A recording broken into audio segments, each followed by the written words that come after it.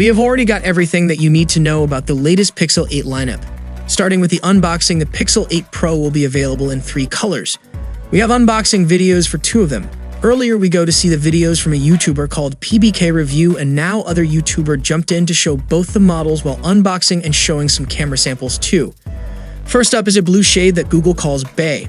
Unlike the colors of the iPhone 15 Pro Max, the Pixel 8 Pro brings some options.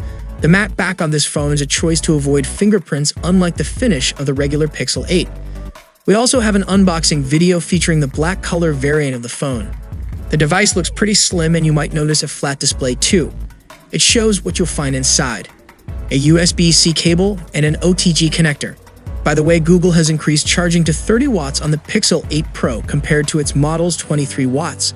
However, they have followed a trend by not including a charger in the box, so you'll need to get one if you don't already own a compatible charger.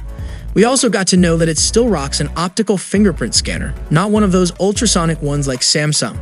We also have some camera samples from both the Pixel 8 and Pixel 8 Pro. Let's start by discussing the Pixel 8 Pro.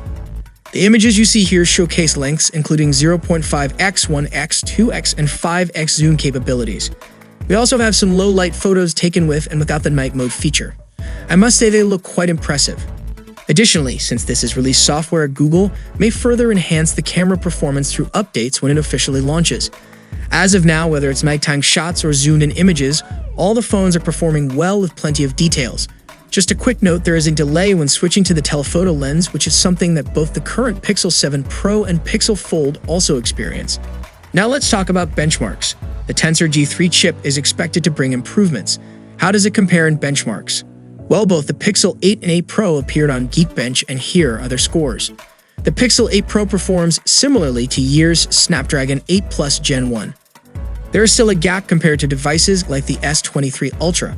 It has always been the case with Tensor chips, offering performance similar to last year's Snapdragon. However, if we compare it year over year, the Pixel 8 Pro shows a 20% increase in CPU performance compared to the Pixel 7 Pro. So these are everything that you could possibly get to know on today's event. So let us know your thoughts below in the comments section, and for more updates, you can check out our channel. See you in the next one.